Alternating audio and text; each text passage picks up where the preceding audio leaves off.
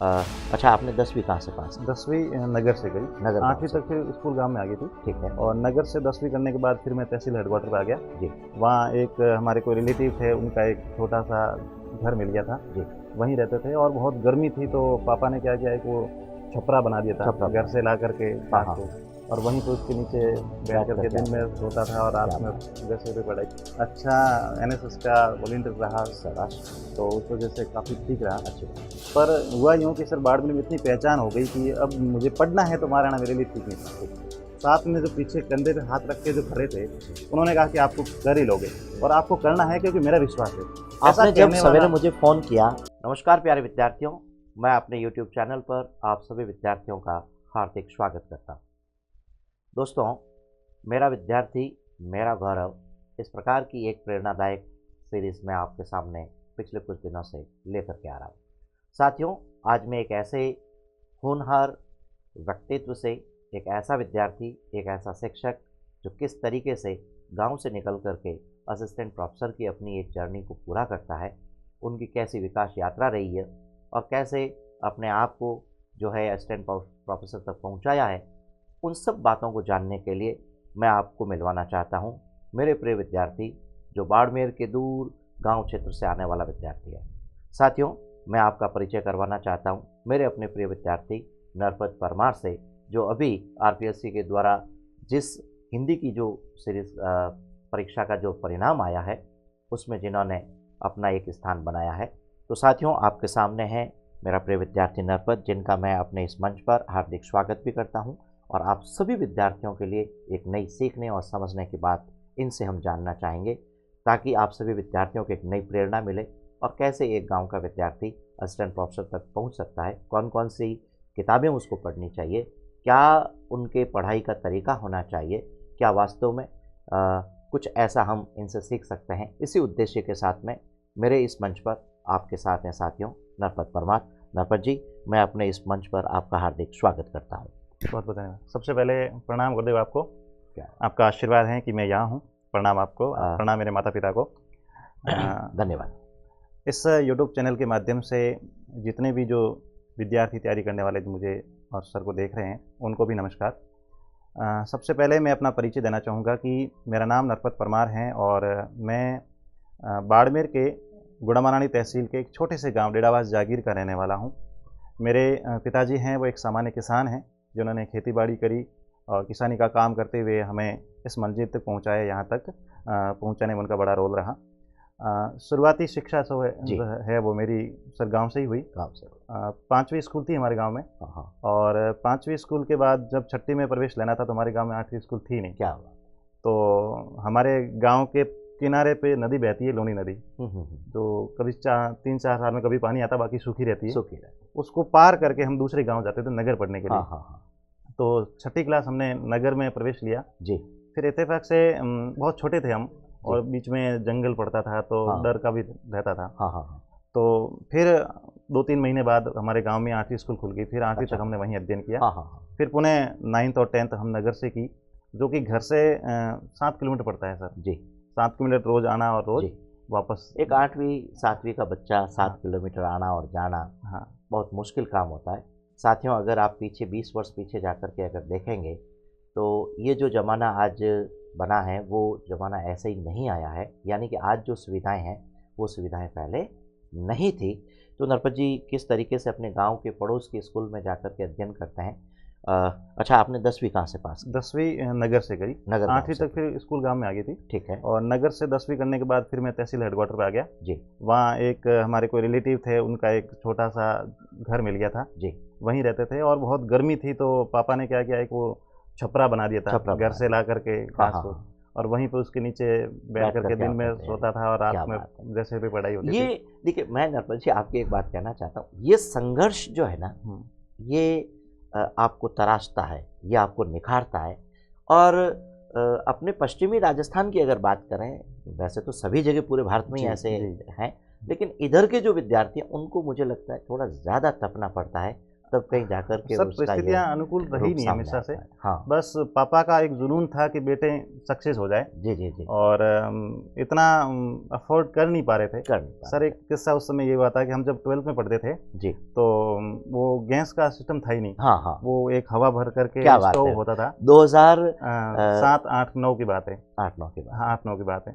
और जब नरपत वो जी, आप तो केरोस फिर भी बहुत बाद आए हैं। जी, 1994 में जब मैं जोधपुर आया था, जी, तो मुझे बाद उस समय ये लगा था जब देखिए हम हिंदी में पढ़ते हैं ना कभी पुरानी कहानियाँ और उपन्यासों को, तो जो शहर का एक रूप बताया गया था उसमें वो सामने आता है। मज़दूर कॉलोनियाँ, बस्तियाँ, बड़े संगठनों में रहना। फिर पता चला जब वो उसमें हवा भरना ही अपने आप में एक अलग हुँ, अनुभव था कि यार पता नहीं ये कैसे काम करेगा, क्योंकि अपन गाँव में तो लकड़ी पर खाना बिल्कुल। पका कर के आए बात होते यही हैं। नहीं थी सर, हम कभी केरोसिन खत्म हो जाता था, हमारे पास क्या रहता था कि दिन में तो हम पढ़ते थे वहाँ, हुँ, तो बाहर कहीं जाएँ तो लोग देख लेते थे। तो हाँ, रात को अंधेरा होता तो साइड में नदी पड़ती थी, लकड़ियाँ, वहाँ से लकड़ियाँ इकट्ठी करके लाते थे हाँ, फिर और खाना स्टोव कर लेते थे, और फिर उसी लकड़ियों पे है वो खाना खाना बनाना। ऐसे बनाते तरह थे। से हमने 12वीं यहाँ से की। सही बात और है। सामान्य विद्यार्थी था शुरू में सामान्य मैं। 10वीं तक तो यूँ लगता था कि पापा घर से भेज क्यों रहे, पढ़ने के लिए भेज इतना क्यों मन रहा नहीं है? था। हाँ, मन नहीं था। लेकिन 11th-12th में अच्छी मेहनत करी बाहर रह कर के, हाँ, हाँ, हाँ। और अच्छी पोज़ीशन रही क्लास जी, में। जी। उसके बाद मैं सर बाड़मेर समझ राजा। बढ़ जाती है। हाँ जी। बाद में फिर समय व्यक्ति के साथ समझने और लगता है कि वहाँ जाना कहाँ है। जी, जी, और फिर मैं बाड़मेर आ गया, जी, और वहाँ पे अच्छा एक हॉस्टल मिल गया, जी, जी। समाज का, उसमें रहने लग गया। अच्छी बात है। और फिर वहाँ पर जो शिक्षक है जी, और जो फ्रेंड सर्कल था, वो जी। बहुत पॉजिटिव और क्या सकारात्मक बात रहे। है! और थोड़ा यूँ था कि गाँव से था तो कुछ भी खोने का तो था ही नहीं, था ही नहीं। जितना है वो पा लो। हाँ, वो तो लेना ही तो लेना है। कुछ मंच पे नहीं आता बोलना, फिर भी चले जाओ। क्या बात है! डांस नहीं आता तो भी कर लो, कर लो, गाना नहीं आता तो भी गा तो लो। भी कर तो लो। ये सारी चीज़ें जो हमें विकसित की गई उस समय, ये एक सौभाग्य होता है कि सौभाग्य आपको होता एक है। ऐसा माहौल मिल जाए हाँ, और फिर हम उसके अनुकूल और ढलने। जो मतलब मैं उनको कॉपी करता रहा हमेशा, जी, जी, उनको जी। आदर्श मानता रहा। सही बात। उनका नाम ही आदर्श जी है। क्या बात है! तो उन्होंने ये सब चीज़ें करी। देखिए, फिर आपने अपने शिक्षक का नाम लिया आदर्श जी का। हाँ, मैं आदर्श जी को इस मन से धन्यवाद देता हूँ कि आपने प्रारंभिक शिक्षा में अपने विद्यार्थी को कैसे एक आदर्श व्यक्तित्व दिया है। इसके लिए भी आपका आभार व्यक्त करते हैं सर। फिर सर वहाँ ग्रेजुएशन में मैंने अच्छे, उस समय ग्रेजुएशन में प्रथम श्रेणी से पास होना एक अच्छी बात, चैलेंज होता था। बहुत चैलेंज हो। तो हमने प्रथम श्रेणी से पास किया। क्या बात! लेकिन उसके साथ सर मैं कॉलेज राजनीति में आ गया। हाँ, इलेक्शन लड़े मैंने। ये ऐसा होता है। हाँ, 10वीं तक बच्चा एक एवरेज होता है, जी, 12वीं में थोड़ी-सी अच्छी मेहनत करके आगे बढ़ता है, बीए में पहुँचता है और फिर कोई न कहीं न कहीं से उसके जीवन में नए-नए स्वप्न आने लगते हैं, वो पॉलिटिक्स में भी जाने की कोशिश जी, करता है, कभी वो राइटर बनना चाहता है, कभी जी। वो कुछ बनना चाहता है। ऐसा आपके जीवन में भी रहा है। तो मैं राजनीति में आ गया कॉलेज, इलेक्शन लड़ा भी, और सर मैं सबसे अधिक वोटों से जीता उसमें। क्या बात है! अच्छा, एनएसएस का वॉलंटियर रहा, शाबाश! तो उस वजह से काफ़ी ठीक रहा। अच्छी बात है। पर हुआ यूँ कि सर बाड़मेर में इतनी पहचान हो गई कि अब मुझे पढ़ना है तो वहाँ रहना मेरे लिए ठीक नहीं था। ठीक है, तो मैंने पीटीटी में बहुत अच्छे अंक लाए, जी, और मैंने मनपसंद कॉलेज जोधपुर में ले लिया। ठीक है। यहाँ रह कर के मैंने खूब अच्छी मेहनत करी, हाँ, और फिर है वो मैं प्रतियोगिता की परीक्षाओं के दौर में आ गया। आगे, आगे। और यहाँ रह कर के फिर छोटे भाई को भी मैं साथ में लेके आ गया, जो कि हाँ, शुरू में बहुत इंटेलिजेंट था, हाँ। मेरी तरह। आपके मैं अपने दर्शकों को, अपने विद्यार्थियों को ये भी बता दूं कि नरपत जी के जो छोटे भाई हैं, वो भारत सरकार में आईईएस की जो पोस्ट होती है, इंडियन इंजीनियरिंग सर्विसेज, उस पर काम कर रहे हैं। उस पर वो अपनी सेवाएं दे रहे हैं। बहुत होनहार। मैं आपके माता-पिता को इस मन से ज़रूर याद जी, बिल्कुल। करूँगा, उनको मेरा प्रणाम बोलिएगा। बिल्कुल, और मैं उनको कहना चाहता हूँ कि आपने अपने बच्चों को इतना, मतलब कहाँ एक गाँव का व्यक्ति, किसान आदमी जिसको यही नहीं पता होता कि एजुकेशन आगे कहाँ जाती है, आपने इनको जो इतना तराशा है, हम लोगों ने तो कुछ नहीं किया है। कहते हैं ना कि नींव बनाने वाला सबसे बड़ा होता है। अब देखिए, मैं ये कहूँ कि आप मेरे विद्यार्थी हैं, यहाँ आएँ, हमने केवल ठीक है चमक ज़रूर, नहीं कंगूरा गुरुजी, ज़रूर चमकाया है, लेकिन नींव जो जहाँ से होती है ना, वो सबसे इम्पोर्टेंट चीज़ होती है। 2016 में हमारा जो है मिलन हुआ आपस में, और पहली बार नरपत जी मेरे संपर्क में आए। उसी दिन मैं अभी जब बात कर रहा था, तब बोला नरपत जब पहले इतने जो सीधे साधे थे, आज भी वैसे ही हो? बोला मैं आज भी वैसा ही हूँ। तो कुल मिलाकर के बिल्कुल। एक चीज़ मुझे ये समझ में आती है कि आदमी को मेहनत करनी पड़ती मेहनत, है, मेहनत। करनी पड़ती है। हाँ, तो सर ये रहा सफ़र इस तरह से। हुँ, फिर मधुबन में आ गया, जहाँ आप रहते थे। जी, जी। और फिर इस बीच में सर मेरा पुलिस कांस्टेबल पद पर सिलेक्शन हो वो जाता है। एक अच्छा एक। और इत्तेफाक से सर ये हुआ कि जॉब था नहीं मेरे हुँ, पास, हुँ, हुँ, हुँ। और बेरोज़गार था। जी, जी। तो बाहरी प्रेशर भी था कि जॉब हाँ, हाँ। मिली है तो ले लेनी चाहिए। हाँ, लेकिन घर वालों को भी सपोर्ट रहा और आपसे मैंने एक बार रैंडमली आप बैठे थे फ्री और मैंने पूछा कि गुरुजी मेरा हो गया, मैं क्या करूँ? तो आपने बिना कुछ विचार किए कह दिया नहीं, आपको यही करना है और आपको लेक्चर्स की तैयारी मैं करनी है। अपने प्यारे विद्यार्थियों को ये अनुभव बहुत अलग तरीके से बताना चाहता हूँ। जी। नरपत जी ने जब मुझे पूछा कि मैं कांस्टेबल में जाऊँ तो मैंने इनको डांट दिया था उस दिन। मैंने ऐसा इसलिए किया था, फर्स्ट ग्रेड की भर्ती आई हुई थी, आप उसकी तैयारी अच्छे से कर रहे थे और मुझे पूरा विश्वास था कि ये विद्यार्थी जो है स्कूल लेक्चरर बनेगा, आगे बढ़ेगा। और मैंने सोचा अगर ये कांस्टेबल में ज्वाइन करके वहाँ चले गए तो फिर इनकी जो है पढ़ाई बाधित हो जाएगी। और मैं ईश्वर को थैंक्स देता हूँ, उनका आभार व्यक्त करता हूँ कि जो मेरा एक एनालिसिस था वो बिल्कुल सटीक बैठा और उसी परीक्षा में आप फर्स्ट ग्रेड व्याख्याता के रूप में बन के आए। अच्छा, आपको दर्शकों मैं कह देता हूँ कि नरपत वो विद्यार्थी है जिसने स्वावलंबन से शिक्षा अर्जित की है। मैं अपने उन सभी विद्यार्थियों को ये कहना चाहता हूँ जिनको लगता है कि सर मैं आर्थिक रूप से कहीं थोड़ा कमज़ोर हूँ और मुझे जो है पढ़ने के लिए इतना समय नहीं है या कहना चाहिए मुझे कुछ आर्थिक समस्या आ रही है, तो साथियों याद रखिएगा जिसने बीएड की है, जिसने शिक्षा शास्त्र की अपनी पढ़ाई की है नरपत जी, वो नरपत को अपना आदर्श बना सकते हैं, मुझे अपना आदर्श बना सकते हैं इस रूप में कि पढ़ाई पढ़ने और पढ़ाने की प्रक्रिया है और जब हम जो पढ़ना चाहते हैं हमको वही पढ़ाना होता है और जब हम पढ़ाते हैं तो माँ सरस्वती उस पर अपना आशीर्वाद ज़रूर रखती है, आपको अपना खर्चा देती है, आपको अपने पढ़ने के लिए साधन देती है, आपका रिवीजन होता है और आने वाले समय में आपका वही पढ़ाया हुआ आपके जीवन में काम आता है। तो आपने स्कूलों में भी पढ़ाया है। बिल्कुल गुरुदेव, मैं बीएड करते ही क्योंकि घर से इतना नहीं स्वाभाविक, हम सबके ऐसी किसान रहती थे तो मैंने खुद में अपना बड़ी विनम्रता से स्वीकार भी करना चाहिए इस बात बिल्कुल गुरुदेव। तो मैं 2014 से ही पढ़ाने लग गया था। ठीक है। और जिससे ठीक ठाक पैसे मिल जाते, जिससे हम दोनों के रूम खर्चा और यहाँ रहने का खर्चा निकल जाता था। तो भाई की भी फीस भरनी होती थी, वो हो जाता था और मेरा भी मैं निकाल देता था। दोनों काम किया आप? हाँ जी। तो भाई तो खैर बहुत ब्रिलियंट था और उसने ऑल इंडिया अच्छी रैंक से आईआईटी में चयन हुआ, आईआईटी दिल्ली से पास आउट है और आज वो आईएएस है ऑल इंडिया 56वीं रैंक से। क्या बात है, बधाई आपको। जी शुक्रिया। तो मतलब मेरे गांव में वो पहला बंदा था जो आईआईटी में गया। जी। और मैं पहला हूँ गांव का कि असिस्टेंट प्रोफेसर बना। क्या बात है। तो ये मेरे लिए और अच्छा मैं आपको बताऊं, मैं भी अपने गांव का पहला असिस्टेंट प्रोफेसर हूँ। तो कुछ बातें हमारे विद्यार्थियों में हमसे मिलती है, हमको बहुत अच्छा लगता है। खैर ये हमारा वार्तालाप तो साथियों अगर हम कितने घंटों करते रहें तो भी कम पड़ेगा, क्योंकि रिश्ता ऐसा हो जाता है। नरपत जी, मैं चाहता हूं कि आपने जो असिस्टेंट प्रोफेसर की तैयारी की, मेरे इस मंच पर जुड़ने वाले जो आरपीएससी में आगे तैयारी करने वाले हैं, जो अभी जो नई भर्ती निकली है, उनको तैयारी करने के लिए हिंदी में विशेष करके जो दोनों पेपर हैं उनमें क्या पढ़ना चाहिए? कुछ ऐसी एक सूची आपके दिमाग में होगी जिन्हें आप रात दिन पढ़ा है, आपकी लाइब्रेरी में क्या है, उनके नाम एक बार आप धड़ाधड़ हमको बताएं। बिल्कुल गुरुदेव, यूँ है कि किताबें जो हम पढ़ते हैं, मेरा ये मानना है कि सेलेक्टेड किताबें पढ़ें जी। सिलेबस के अकॉर्डिंग जो किताबें रहती है हाँ वो पढ़ना चाहिए, वही पढ़नी चाहिए, मूल किताबें पढ़नी चाहिए। बिल्कुल सही। और अलग अलग पार्ट में अलग अलग किताबें हैं जी। हिंदी साहित्य के इतिहास की बात करें तो हम बेसिक से शुरुआत करते हैं जी। तो हिंदी साहित्य का संक्षिप्त इतिहास करके जो 11-12 मैं अपने विद्यार्थियों को जो बता चुका हूँ पहले, वहाँ से शुरुआत करनी चाहिए। और देखिए मैं और बता दूं, अगर इसकी कॉपी नहीं मिलती है तो आप आरबीएससी की साइट पे जाकर उसका प्रिंट आउट ले सकते हैं और उसका पीडीएफ ले सकते हैं। ठीक है।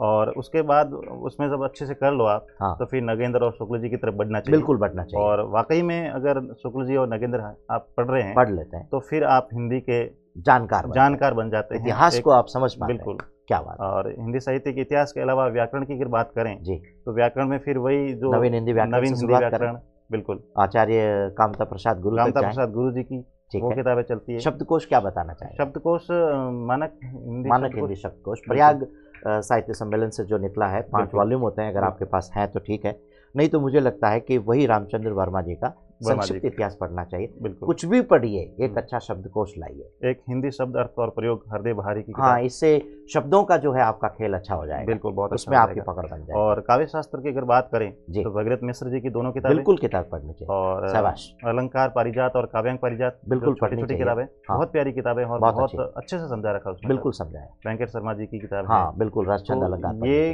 किताबें हैं, इनको इतने इस तरह से पढ़ना है कि भाई इसमें से समझना है। हाँ समझना है। हाँ, ये तो बात ठीक है। मुझे लगता है कि आप किसी भी कंपटीशन हिंदी से संबंधित है, बिल्कुल वहाँ निकाल आप सकते पीछे हैं। नहीं संपूर्ण रहेंगे। भारत में अगर किसी भी परीक्षा में आप सम्मिलित होते हैं, जो अभी पुस्तकें बताई गई, व्याकरण, काव्यशास्त्र और हिंदी साहित्य का इतिहास, कुछ दिन दोस्तों पहले आप सर उन्हें मैं पढ़ आपका एक लीजिएगा। इंटरव्यू देख रहा था हाँ यूट्यूब पे, आपने जो किताबें बताई है जी जी जी जी, वही किताबें वे सारी की सारी कारगर पेता है। बिल्कुल एक अच्छा, आधारभूत एक है। और चीज़ है, ये बड़ी लिमिट की किताब है। लिमिट किताब है। हाँ तो आजकल के क्या करते हैं कि वो भी पढ़ लूँ वो भी पढ़ लूँ, वो चीज़ नहीं होनी हाँ, चाहिए। इसमें आदमी नहीं जो है पढ़ने सेलेक्टेड किताबें पढ़ें और उसको बार बार रिवीजन किया जाए। रिवीजन मेरा करें। यही मानना है कि सिलेक्शन है वो आप बार बार रिवीजन करें रिवीजन और करना कम चाहिए। गलतियां करें। कम जो गलतियां। जितनी कम गलतियां करता है उसका सिलेक्शन हो ठीक जाता बात है। ठीक बात है। ये नेगेटिव जो मार्किंग होती है उसमें हम्म। कम गलती करें, इस और बात को याद इसके रखना। साथ एक सर बहुत ज़रूरी चीज़ है, हाँ माहौल सकारात्मक रखें बिल्कुल सही और बात है। आपका फ्रेंड सर्कल छोटा रखें लेकिन पॉजिटिव बहुत लोग अच्छा रखें। रखें। मैं यहाँ हूँ आज, अलग अलग स्टेज पर अलग अलग गुरुजन मिले जी 2016 में आपका जी मेरे जी जीवन में आना होता है और मैं जिस तरह से जिस प्रकार से मैंने हिंदी व्याकरण है। को समझा है, जी जी मैं सर आपको बहुत बहुत धन्यवाद देना चाहूँगा कि जिस तरह थैंक से यू। शब्दों को तोड़ करके उसका जो पोस्टमार्टम किया जाता है और जिस स्टेप से 3 स्टेप शब्द से 4 विश्लेषण। स्टेप से हाँ। विश्लेषण कर करके हम्म। जो समझाया जाता है वो अद्भुत है। शायद ही मतलब इस तरह से कोई पढ़ाने का ऐसा हाँ, सीखने के लिए धैर्य वाला विद्यार्थी धैर्य भी चाहिए और समय चाहिए। समय चाहिए, समय देता है वो सफल होता है। सफल होता है। और तो इस तरह से आपका आना, इसके ठीक है। बाद में अपने अलग अलग स्टेज पे अलग जो गुरुजन रहे उन सबका धन्यवाद कि उन्होंने अलग अलग स्टेज पे मुझे तराशा है। अच्छी लेकिन बात आपका जो दोस्त हैं, आपका साथी सर्कल है, है। आपका हमसफ़र है, पॉजिटिव होना चाहिए, हाँ पॉजिटिव मेहनती होना होना चाहिए चाहिए, बिल्कुल। इस ईमानदार बार जब होना मैं चाहिए। असिस्टेंट प्रोफेसर बना सर 2 बार मैंने ऑलरेडी पहले इंटरव्यू दिए। मालूम मेरे को। एक बार मैं 0.69 से रह गया, बिल्कुल। दूसरी बार मैं 2 नंबर से रह गया। हम्म। इस बार मेरे जो साथ में जो पीछे कंधे पे हाथ रख के जो खड़े थे उन्होंने कहा कि आपको कर ही लोगे और आपको करना है क्योंकि मेरा विश्वास है। ऐसा आपने जब कहने सवेरे वाला मुझे फ़ोन किया तो मैंने देखिए जब रिजल्ट आया और नरपत जी ने मुझे सवेरे फ़ोन किया तो मैंने फ़ोन में उनका रिसीव नहीं कर पाया इनका, फिर मैंने वापस हाथों हाथ फ़ोन किया। तो मैं इतना खुश था क्योंकि मैं समझ जाता हूँ कि कौन सा फ़ोन जो है अब क्या संदेश लेकर के आया है, क्योंकि वो सवेरे जब फ़ोन आया, रात्रि में जब रिज़ल्ट आया तो वो रिज़ल्ट वास्तव में सिलेक्शन का था। मैंने फ़ोन लगाते ही कहा नरपत जी आपको हार्दिक बधाई। तो विद्यार्थी समझ जाते हैं कि अब सर क्या बोलने वाले हैं। तो उस तरह से सकारात्मक साथी नरपत जी, आपके साथ मैं रहे। 2 बातें आपसे और विद्यार्थियों के लिए करना चाहूँगा। एक तो यह कि क्या वास्तव में विद्यार्थी को अपनी पढ़ाई का मूल्यांकन करने के लिए टेस्ट सीरीज पर ध्यान देना चाहिए? बिल्कुल, आज का जो दौर चल रहा है जी और उसमें समय समय पे अपने खुद का मूल्यांकन होना बहुत होना ज़रूरी है, क्योंकि हम सब स्वयं के प्रति ईमानदार रहेंगे ना जी जी। और उसका सही तरह से मूल्यांकन कर पाएंगे तभी इतनी हम बड़ी संख्या में इतनी कैसे बड़ी पता चलेगा कि मैं कहाँ भर्तियाँ स्टैंड हो कर रही रहा हूँ? है, इतनी बड़ी संख्या में कंपटीशन है जी और इसमें अगर आप खुद को तराशना है, तोलना है तो हर मूल्यांकन दिन करना परीक्षा पे खरा उतरना ही पड़ेगा। उतरना ही पड़ेगा। तो आपकी जो टेस्ट सीरीज भी चलती है हाँ हाँ, उसमें कोई बहुत भी जहाँ भी जहाँ अच्छी से भी टेस्ट सीरीज चलती हो है वो जो उसको भी है, ज्वाइन करनी चाहिए। हाँ तो पुराने मुझे प्रश्न पत्र प्रश्न उनको पत्र जरूर है देखना उनका चाहिए। देखते रहना चाहिए हाँ और समय समय पे खुद का मूल्यांकन करता रहना बिल्कुल चाहिए। करना चाहिए। कमजोरी जरूरी। जहाँ सामने आती है उसको फिर सुधार करना चाहिए। बिल्कुल।